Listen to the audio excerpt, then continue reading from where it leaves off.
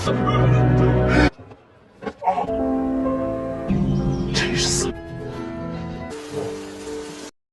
क्या किया जाए इसके बारे में सोच रहा होता है। तब जैंग की बहन यूई उसका ध्यान भटकाते हुए पूछती है, क्या तुम मेरी एक मदद कर सकते हो? अब यहाँ जैंग यूजिन से कहता है कि तुम फेयरवेल के बाद मुझसे मिलने तक नहीं आई, तो मुझे इस तरह क्यों छोड़कर चली गई? मैंने तुमसे कहा था कि मैं तुमसे प्यार करता हूँ, लेकिन तुमने जवाब में मुझसे कुछ भी नहीं कहा था। मुझे ये भी समझ में नहीं आ रहा था कि तुम मुझे पसंद करती हो या नहीं। मुझे अभी के अभी इसका जवाब चाहिए और तुम जवाब दो।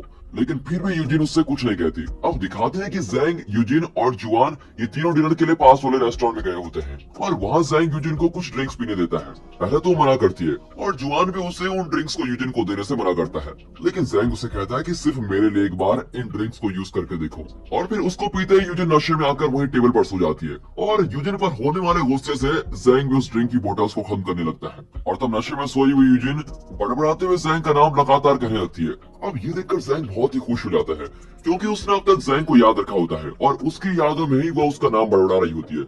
लेकिन ये सब देखकर जुआन बहुत ही गुस्सा हो जाता है। फिर तीनों वहां से निकलकर अपने अपने घर चले जाते हैं। अब अगले दिन लाइब्रेरी में यूजिन जाकर जुआन से बातें करने लगती है, लेकिन पिछले दिन यूजिन नशे में जैंग का नाम बड़बड़ा रही थी, इस बात से गुस्सा होकर वो उसकी बातों को टालने लगता है और उसे बात ही नहीं करने देता। और इससे उदास होकर यूजिन जैंग के घर में जाकर उसे गुस्से में पूछती है कि मेरे मना करने के बावजूद भी तुमने मुझे उन ड्रिंक्स को पीने को क्यों कहा? उसे जुआन ने मुझे गलत समझ लिया है, ये सब तुम्हारी गलती है। अब ये सब सुनकर जैंग कहता है कि मैं इतने सालों से तुम्हारा इंतजार कर रहा हूँ और मैं तो इस उम्मीद में रहा हूँ कि तुम एक दिन आकर कहोगी कि मैं तुमसे प्यार करती हूँ और तुम मुझे अपना लोगी। लेकिन तुम जुआन को बुरा लगने की बात के बारे में सोचकर परेशान हुआ। हम जब फेयरवेल में मिले थे तो मैंने तुमसे पूछा था कि क्या तुम मुझको पसंद करती हो, लेकिन उसके जवाब में हाँ कहने जैसा तुमने मुझे किस किया था और उसके बाद तुमने मुझे पूरी तरह से अवॉइड कर दिया और इसमें मेरी कोई गलती नहीं है। इस तरह वो गुस्से में बात करता है। अब ये सब होने के बाद यूजिन जैंग से कहती है कि अब मैं तुमसे मिलने कभी नहीं आऊंगी और वहां से चली जाती है। अब 2 साल बाद 2011 का सीन दिखाया जाता है। यूजिन की फ्रेंड एक हॉस्पिटल में नर्स की नौकरी कर रही होती है और उस हॉस्पिटल में एक इंसान एडमिट हुआ होता है और वो कोई और नहीं बल्कि जैंग का दोस्त जोयू है। मो और जोयू हाई स्कूल में एक दूसरे से प्यार करते थे, लेकिन उसके बाद वो दोनों अलग हो गए थे और अब ये दोनों फिर मिलते हैं और अब दोनों पहले की तरह क्लोज होने लगते हैं। यहाँ यूजिन अपने गांव में अपनी माँ से मिलने आती है। यूजिन की माँ की मदद के लिए वहाँ कोई नहीं होता, लेकिन उनका भाई उनकी अच्छी तरह से देखभाल कर रहा होता है और काफी दिनों के बाद ये तीनों एक साथ एक घर में खुश नजर आते हैं। अब दिखाते हैं तो यूजिन अपनी माँ के साथ जाते हुए बातें कर रही है। तब उस जगह पर वो जैंग को देखती है और उसको देखकर यूजिन सोचती है कि ये इतने सालों बाद मेरे गाँव में क्यों आया है। और तब जैंग उसे कहता है कि तुम जैसा सोच रही हो वैसा कुछ नहीं है। मेरी माँ की एक इलेक्ट्रिकल फैक्ट्री यहाँ पर है और उसी के किसी काम के लिए मैं यहाँ पर आया हूँ। और इस तरह से वो कुछ बातें करने लगते हैं। फिर वो उस दिन यूजिन और उसकी माँ के साथ उन्हीं के घर में रुकता है और उस रात यूजिन और जैंग दोनों बहुत ही अच्छी बातें करते हैं।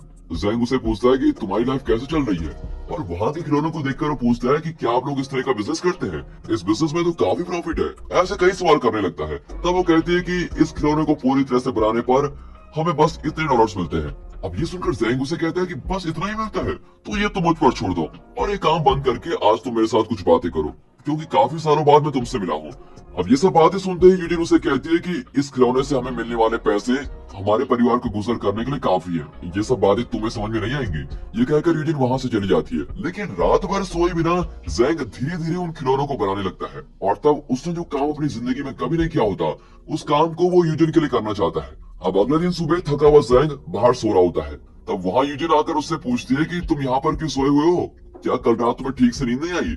अब ये सुनते ही जैंग यूजिन को वो खिलौना देकर कहता है, ये मैंने तुम्हारे लिए बनाया है। उस खिलौने को देखकर यूजिन को बहुत ही हंसी आ जाती है। वो कहते हैं कि मान लिया कि तुमने रात भर सोए बिना इसको बनाया है, लेकिन इस खरगोश के खिलौने में तुमने उसके कान को सही से नहीं बनाया है। और इस बात से दोनों हंसने लगते हैं। फिर वो जैंग के हाथों में देखती है तो खून आया होता है, क्योंकि काम करते वक्त शायद उसके लग गई थी। और तब यूजिन सोचने लगती है कि जैंग एक करोड़पति है, लेकिन वो ये सब सिर्फ इसीलिए कर रहा है क्योंकि वो मुझको बहुत ही पसंद करता है। अब वो समझ जाती है कि जैंग सच में उससे बहुत ही प्यार करता है और उसी समय जैंग उसे कहता है कि तुम बीजिंग में क्यों नहीं नौकरी कर लेती? तुम वहाँ पर अप्लाई कर दो और अगर तुम बीजिंग में आओगी तो हम दोनों साथ में रह सकते हैं। प्लीज मेरे लिए तुम वहाँ जाओ। अब यूजिन भी इसके लिए हाँ कह देती है और फिर यूजिन जैंग की बातों को मानते हुए बीजिंग में सारी नौकरी के लिए अप्लाई कर देती है। फिर कई एग्जाम भी देती है, लेकिन पहली कोशिश में वो सफल नहीं हो पाती। और तब यूजिन के साथ एग्जाम के लिए ट्राई करने वाली उसकी फ्रेंड उसे कहती है कि तुम सिर्फ बेजिंग में क्यों ट्राई कर रही हो, तुम पास वाले शंघाई में भी ट्राई कर सकती हो, क्योंकि वहाँ पर बहुत सारी वैकेंसीज हैं। और फिर उसकी बात मानकर वो शंघाई में नौकरी के लिए अप्लाई कर देती है और वहाँ पर उसको जॉब भी मिल जाती है। अब इस बारे में जैंग को खबर देने के लिए वो जैंग को कॉल करके उससे बातें करने लगती है। वो कहती है मुझे बेजिंग में कोई नौकरी नहीं मिली, लेकिन शंघाई में एक नौकरी मिल चुकी है। अब ये सुनकर जैंग गुस्से में उसे कहता है कि तुम कभी मेरी बातों को नहीं मानती, मैं इस उम्मीद में था कि तुम बेजिंग आ जाओगी। फिर जैंग को समझाने के लिए वो ट्रेन से सफर करके जैंग से मिलने जाती है। उसी समय जैंग का कॉल आता है और वो कहता है कि तुम कहाँ पर हो, मैंने फोन में तुमसे गुस्से में बातें कह दी थी, लेकिन मैं अब तुमसे मिलकर बातें करने के लिए ट्रेन में आ रहा हूँ। और ये सुनते ही यूजिन कहती है कि मैं भी तुमसे मिलने के लिए ट्रेन में आ रही हूँ, तो हम दोनों एक कॉमन जंक्शन में उतरकर मिलते हैं। फिर इस तरह बातें करके भी दोनों एक कॉमन जंक्शन में उतरकर काफी देर बातें करते हैं और इसीलिए वे दोनों एक दूसरे को हक भी करते हैं और बड़े खुश होते हैं। अब और कुछ दिनों के बाद बताते हैं कि यूजिन की हाई स्कूल फ्रेंड मो उससे मिलकर बातें कर रही होती है। वो कहती है कि मैं और जोयू कई सालों से प्यार कर रहे हैं, लेकिन अब जोयू दूसरी लड़की के साथ शादी करने जा रहा है और इसीलिए अब उसकी जिंदगी में एक मुसीबत बनकर नहीं रहना चाहती, और इसीलिए मैंने दूसरे देश में जाने का फैसला कर लिया है। तुमसे मिलकर इस बात को बताने के लिए मैं यहाँ पर आई थी। फिर मो भी अब्रॉड चली जाती है। अब दिखाते हैं कि जैंग की बहन यूई की एंगेजमेंट होने जा रही है और उसके एंगेजमेंट फंक्शन में जैंग यूजिन को भी साथ लेकर आता है। और यूई जिसके साथ सगाई करने जा रही है वो कोई और नहीं बल्कि यूजिन के साथ कई सालों तक काम करने वाला जुआन ही है। और यूजिन भी जुआन से काफी सालों बाद मिलती है और जब यूजिन उससे अकेले में मिलकर बातें कर रही होती है तब वो कहता है कि मैंने लाइफ में सेटल होने के लिए ऐसा किया है। मैं यूई को भी पसंद करता हूँ, लेकिन लाइफ में एक अच्छी पोजीशन में जाना है और इस वजह से ही मैंने यूई को तुरंत हाँ कह दिया। अब ये सुनकर यूजिन सोचने लगती है कि अगर मैं भी जैंग से कहूंगी कि मैं उसे पसंद करती हूँ तो क्या वो मेरे बारे में गलत तो नहीं सोचेगा। इस बात को सोचकर वो बड़ी उदास होती है। यहाँ जैंग भी यूई के साथ अकेले में कुछ बातें करता है। वो कहता है कि क्या तुम जुआन को अच्छी तरह जानती हो, तुम हमारे परिवार में किसी को बताए बिना ही जल्दी ये सगाई क्यों कर रही हो? अगर जुआन ने तुम्हारे पैसे के लिए तुमसे हाँ कहा होगा तो तुम क्या करोगी? अब ये सुनते यूं ही कहती है कि जुआन उस किस्म का आदमी नहीं है। तुम जो ये मुझसे सवाल कर रहे हो, लेकिन क्या तुम ये दावा के साथ कह सकते हो कि जिस यूजिन से तुम प्यार करते हो तुम्हारे पैसों के नहीं बल्कि सिर्फ तुमसे प्यार करती है? और इस पर जैंग जवाब देता है कि यूजिन वैसी लड़की नहीं है, वो सिर्फ मुझसे प्यार करती है, ना कि मेरे पैसों से। फिर सगाई खत्म होने के बाद जैंग और यूजिन अकेले में चलकर जा रहे होते हैं। तब यूजिन उससे कहती है कि मुझे नहीं पता कि मैं तुमसे प्यार कर रही हूँ वो सही है या गलत, लेकिन तुम मुझे छोड़कर कहीं नहीं जाओगे, तुम हमेशा मेरे साथ ही रहो। और इसके जवाब में जैंग कहता है कि तुम इसके बारे में सोचकर कभी मत परेशान होना, मैं हमेशा तुम्हारे साथ ही रहूंगा।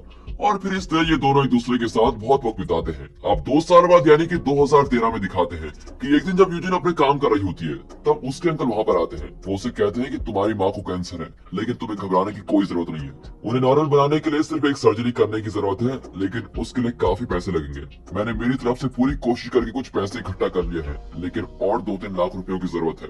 अब ये सुनकर यूजिन सोचती है कि मैं जैंग से पैसे मांग सकती हूँ, लेकिन उसके अंकल कहते हैं कि हमारे गांव में जो जैंग की माँ की इलेक्ट्रिकल फैक्ट्री है, मैं वहाँ काम करता था और मैं वहाँ से पहले ही काफी लोन ले चुका हूँ, और वो लोन भी मैंने इस सर्जरी के लिए लिया था, उसे भी हमको धीरे धीरे चुकाना है। अब ये सब बातें सुनकर वो जैंग से पैसे लेने के विचार को छोड़ देती है और अब वो जिन भी लोगों को पहचानती है उन सभी को कॉल करके पैसों की मदद मांगती है। फिर काफी देर बाद वो अपने घर पहुंचती है और उस समय वहाँ जैंग टीवी देखते हुए गेम खेलता है। वो उससे पूछता है आज तुम्हारा दिन कैसा गया और तुम उदास क्यों हो, लेकिन यूजिन उसको कोई जवाब नहीं देती। और तब जैंग उसके पास जाकर कहता है तुम मुझसे बातें क्यों छुपा रही हो, मुझे सब कुछ पता चल चुका है, तुम्हारी माँ की सर्जरी के लिए तुम्हें पैसों की जरूरत है और तुम मुझसे मांगने के लिए झिझक रही हो, मैंने पूरे पैसों का इंतजाम कर लिया है, ये लो पैसे, इन्हें रख लो। और ये कहकर वो उसको पैसे देता है और यूजिन उसे कहती है कि नहीं अब तुम्हारे पैसों की जरूरत नहीं है क्योंकि मैंने पैसों का इंतजाम कर लिया है। तब जैंग उसे पूछता है कि इतने पैसों का इंतजाम तुमने कहाँ से किया? वो कहती है मेरे पुराने दोस्त जुआन ने मेरी मदद की है, ये वही जुआन है जिसने यूई से शादी की होती है। तब जैंग उसे कहता है तुम ये सब क्यों कर रही हो, क्या तुम मुझे कोई तीसरा आदमी समझती हो? जुआन से जो तुमने पैसे लिए हैं उसे मैं खुद वापस करके आता हूँ, ये कहकर वो चला जाता है। फिर वो जुआन से मिलकर कहता है आगे से तुम कभी भी यूजिन से नहीं मिलोगे, उससे अगर कोई प्रॉब्लम होगी तो वो मैं संभाल लूंगा, तुम सिर्फ अपने काम से काम रखो। इससे उसको डांट कर वहाँ से निकल जाता है। फिर वो कुछ देर बाद अपने घर लौटता है। तब यूजिन उसे कहती है कि मेरे अंकल ने भी तुम्हारी माँ की उस फैक्ट्री से काफी लोन लिया है और मुझे भी तुमसे लिए हुए सारे पैसे चुकाने हैं और मैं वो सारे पैसे धीरे धीरे करके चुका दूंगी। और फिर जब वो अपने पास रखे हुए कुछ पैसे उसको वापस करती है तब जैंग का गुस्सा 7वें आसमान में पहुंच जाता है और वो उन पेपर्स को फाड़ कर फेंक देता है और कहता है कि मुझे इस तरह क्यों सता रही हो, तुम मुझे कभी समझते क्यों नहीं, तुम्हें मेरी कोई भी चीज को वापस करने की कोई जरूरत नहीं है, मैं तुमसे बहुत प्यार करता हूँ, तुम्हारे लिए ही मैं सब कुछ कर रहा हूँ। लेकिन तुम हो कि मुझे अपना ना समझकर कोई और ही समझ आई हो। इतने सालों बाद भी तुमने मुझे समझा ही नहीं, लेकिन तुम एक दिन जरूर समझ लोगी और उसी दिन हम एक साथ रहेंगे। अभी के लिए मैं यहाँ से निकल रहा हूँ कहकर वो चला जाता है। फिर बेजिंग के एक बड़े ऑफिस में जैंग को उसके पापा की मदद से एक अच्छी नौकरी मिल जाती है और जब बेजिंग जाने के लिए वो फ्लाइट पे बैठा होता है तब वो उसके मोबाइल को लगातार चेक करता रहता है। तब वो चाहता है कि यूजिन उसे कॉल या मैसेज करके कहे कि तुम वापस आ जाओ, मैं तुम्हारे बिना नहीं रह पाऊंगी, लेकिन उसे यूजिन का कोई कॉल या मैसेज नहीं आता। अब जैंग भी यही सोचता है कि उसका यूजिन की जिंदगी में न होने से वो खुश रहेगी और यही बात सोचकर वो बेजिंग चला जाता है। अब 2 साल बीत जाते हैं और साल 2015 में दिखाते हैं कि यूजिन जहाँ भी जाती है उसे अक्सर जैंग की याद आने लगती है। फिर कुछ दिनों बाद वो अपने गांव के उस पुराने मंदिर में जाती है जहाँ लिखने के लिए काफी किताबें रखी होती है। तब यूजिन को याद आता है कि वहाँ एक किताब में जैंग ने उस दिन कुछ लिखा था और वो उन पेपर्स को ढूंढने लगती है और फिर ढूंढने के बाद जैंग की लिखी हुई वो किताब उसको मिल जाती है और उसमें वो देखती है कि काफी सालों पहले जैंग ने उसमें यूजिन का नाम लिखा होता है और ये सब पहले 5 साल पहले हुआ था, लेकिन जैंग तब से यूजिन से सच्चा प्यार कर रहा है। अब यूजिन हमेशा से जैंग को गलत समझ रही थी और अब उसको समझ आ जाता है कि जैंग पहले से ही उसको बहुत प्यार करता है। अब ये सब होने के बाद वो बेजिंग जाती है और साल 2015 में दिखाते हैं कि यूजिन बेजिंग के सभी बड़े शहरों में और हाईवेज में जाकर जैंग के काम करने वाले ऑफिस को ढूंढ रही है। फिर एक जगह पर वो जैंग को देख लेती है, लेकिन जैंग अब भी अकेला होता है और वो हमेशा उसे कभी न समझने वाली उस लड़की के बारे में सोचकर बड़ा ही उदास रहता है और वो लड़की कोई और नहीं बल्कि यूजिन ही है। फिर आखिर में यूजिन जैंग के प्यार को समझ जाती है और इसके बाद जाहिर है कि वो दोनों एक दूसरे के साथ खुशी से रहकर अपनी जिंदगी बिताएंगे। बाकी दोस्तों इसी के साथ हमारी ये वीडियो यहाँ पर खत्म होती है और अगर वीडियो और मूवी अच्छी लगी हो और एक्सप्लेनेशन अच्छा लगा हो तो वीडियो को लाइक कर दें, चैनल को सब्सक्राइब कर दें। बाकी मिलता है अगली वीडियो में, तब तक के लिए गुड बाय।